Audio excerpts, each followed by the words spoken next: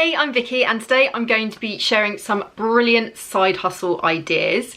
Side hustles are something that you can do to make extra cash in addition to your full-time job, part-time job, or if you're a stay-at-home parent, bring in a little extra cash on the side. They are perfect if you need a way of making a little extra cash with some flexibility. Some people have multiple side hustles like I do, and some side hustles can actually go on to make you a full-time income, just like mine did with my blog. Research suggests that on average people are making £4,900 a year extra through a side hustle, so it's well worth doing. I'm going to be sharing 15 brilliant side hustles that you can do in the UK. However, I have a blog post with tons more and I'm going to link that in the description below. So first up, my favourite side hustle, because it's the side hustle that really sort of like changed my working life, blogging. I set up my blog in 2017. I think my youngest daughter was about 7 months old, and it was really just for fun in the beginning. It wasn't making any money. It was literally just started as a hobby.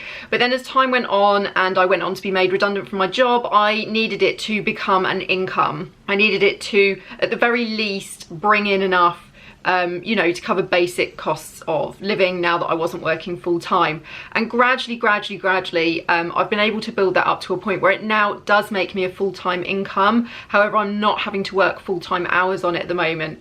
Now, that's not to say that I haven't put a lot of time and effort into it. I have spent hours and hours and hours on it, but I've now got it to a really nice equilibrium where I do not have to pile 10 hours of work into it a day.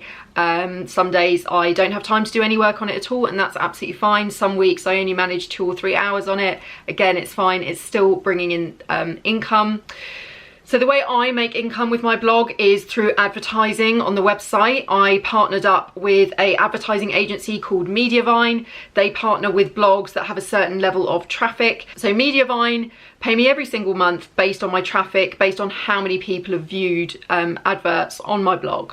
There are other ways to make money through blogging, such as doing sponsored posts. Obviously, if you really are into Instagram, social media, TikTok, there's a huge market for sponsored posts on Instagram and TikTok.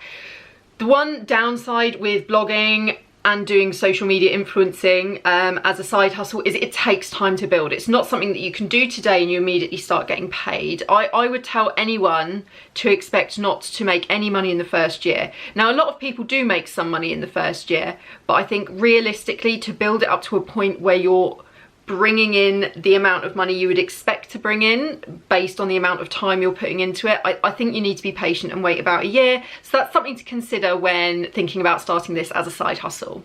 Another great side hustle is making and selling your own products. I know people that have gone on to do so well with this. I have a friend who worked as a teacher and she now makes learning resource booklets, which she posts out to kids. They're for sort of preschool age, toddler age, early primary school age, and it's sort of full of things that help kids learn their letters, the alphabet, and learn about counting. And she makes these personalised products, and it's become this incredibly successful business for her.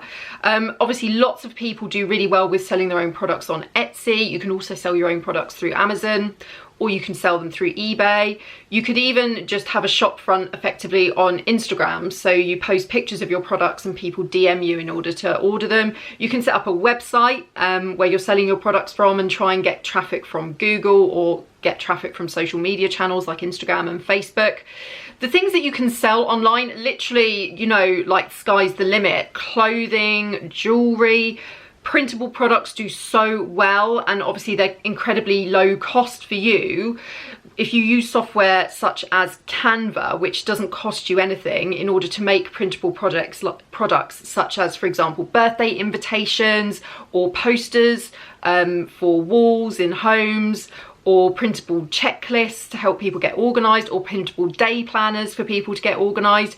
You're not having to physically post out a product. People, you set it all up on Etsy, and Etsy sends the product to your customer. So it's really, really worth exploring.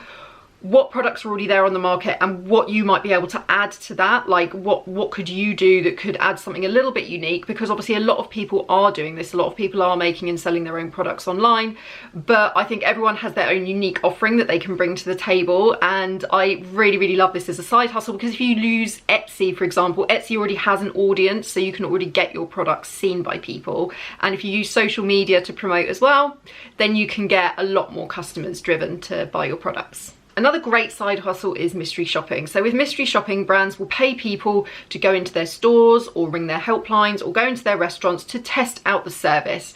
Mystery shopping tasks may be very specific.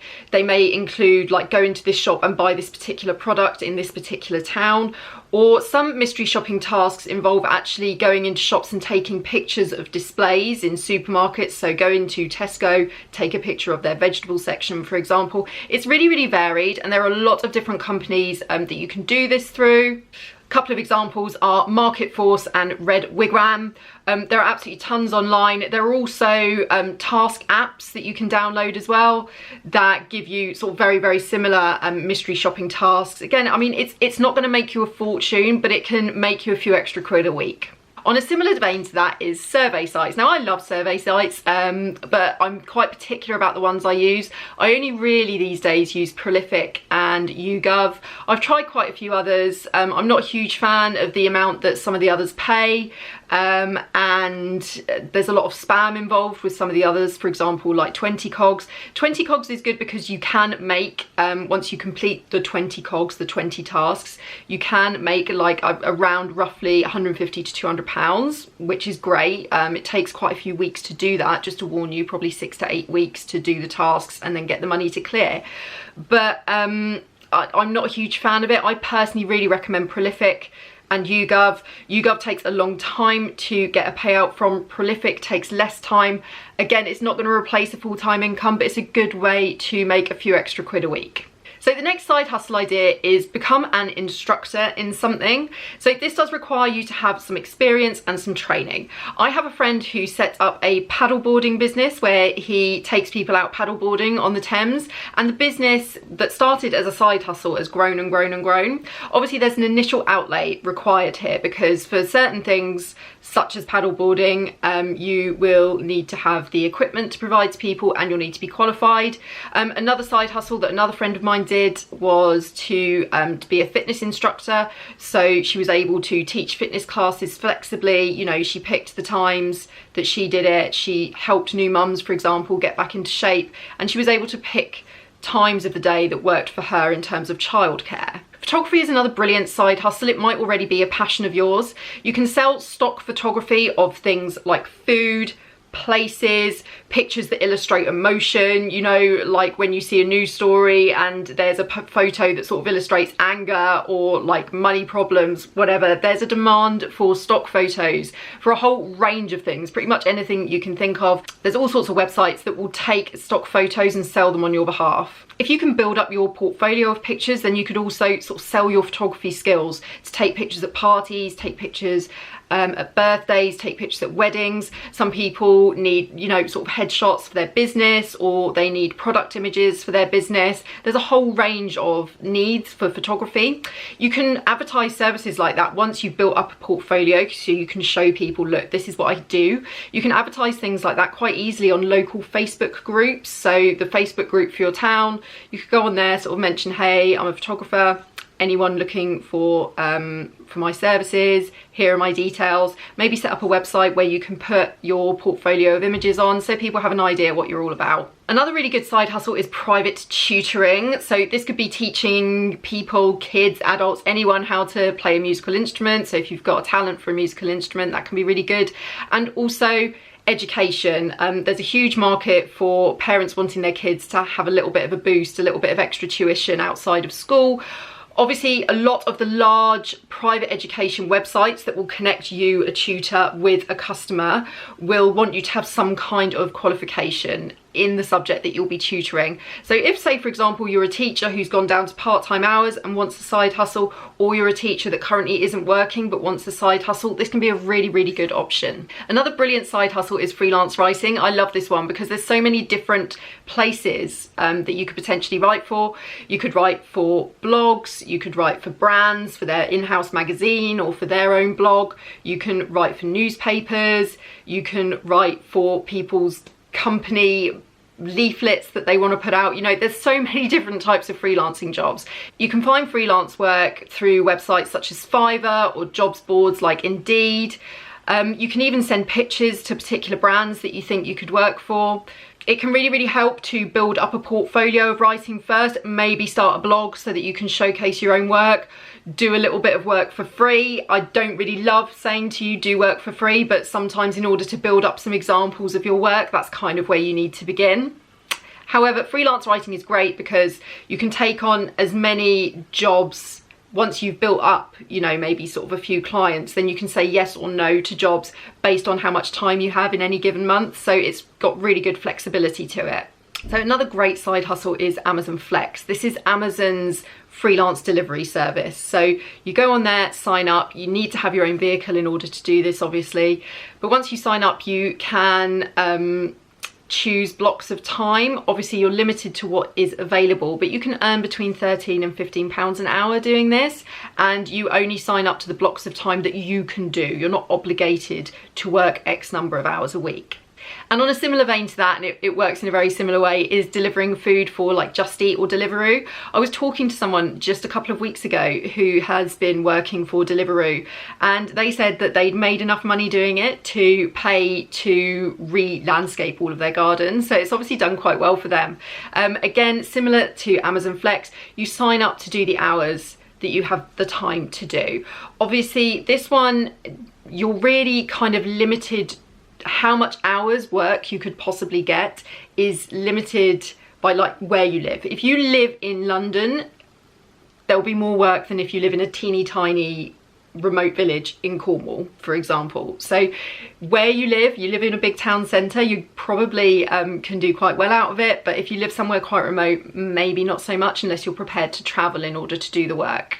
The next side hustle is great if you love animals, being a dog walker or a pet sitter. So with this side hustle, there are actually websites. There's one called Tailster that you can sign up through that connect you with potential clients. Or you can just advertise what you do in a local Facebook group. You could set up a website, and what you would need to do is try and get that website to rank quite highly on Google. So say wherever you are, you'd want it, whenever someone types in dog walker, your town, you'd want that website to feature quite highly. So there's a bit of work involved in that. Obviously you can add your name to business directories and stuff, but word of mouth can be quite powerful with this kind of thing. You could also try and join an existing dog walking, pet sitting company in your area. Maybe they're looking to bring on staff. It's a nice bit of work if you love animals. You may need to have a pet first aid certificate in order to do this, so that's another thing to just consider. Childcare, either babysitting or child minding. For example, maybe if your child is in primary school, then being a childminder who picks up other kids from the same school, looks after them after school for the parents, is a really, really good way to make a little bit of extra cash. If you have a toddler, having other toddlers that you childmind for is a great way to give them playmates during the day. Obviously you will need to follow certain rules. There's a really, really well laid out explanation of how to become a childminder on the gov.uk website, and there's lots more tips in the blog post on my website that I've linked below as well. Freelance transcription is another great side hustle. So there are tons of private companies online. If you type in freelance transcription jobs to Google, you will find lots and lots of private companies that want people from their own home to do some transcription work for them. So it basically involves transcribing the audio from videos or audio recordings that might be from meetings, from presentations, from TV shows, whatever. Like, you know, it's such a long list of things. For certain transcription jobs, you will need some kind of qualification. For example, medical transcription, they tend to prefer people have some kind of background in medical administration, medical transcription. Some transcription websites do want you to have a certain number of like words per minute that you can type. Others aren't that fast. Others don't want you to have any qualification at all. Some might ask you to pass a typing test, but after that you're good. So it's nice because it's very flexible. You take on as much work or as little work as you can manage to do. If you have a bit of a green thumb, then offering your gardening services to local people could be a great way to earn a little bit of extra cash. You could advertise your services on local Facebook groups. You could ask around, see if people need any help. On the flip side of that, if you have a garden that has a decent amount of space, then you can actually offer that space to someone who wants to grow their own fruit, vegetables, but doesn't have space in their own garden. That requires like no effort from you because they'd be the ones coming around to do all the work. They literally just need to have some of the space in your garden. So that's another one to consider, and that's a very low maintenance one. And finally, if you don't just watch Great British Bake Off, but you make amazing cakes as well, then baking cakes to sell could be another really great side hustle for you. So you could make bespoke cakes for weddings, birthdays, events, things like that, or you could sell your cakes at village fairs. If you set up social media alongside your baking side hustle, then you can advertise what you're offering on there. So many businesses like this sprung up during the pandemic, and I'm going to link to an article all about it in the description below so you can read a little bit more. Okay, so I hope this has given you some really good ideas for side hustles that you can try to make a little bit of extra cash at home. Please do give me a shout out in the comments if you've got any other ideas, things that have worked for you. I would love to hear from you. Thank you so much for watching, and I will see you on the next upload. Bye!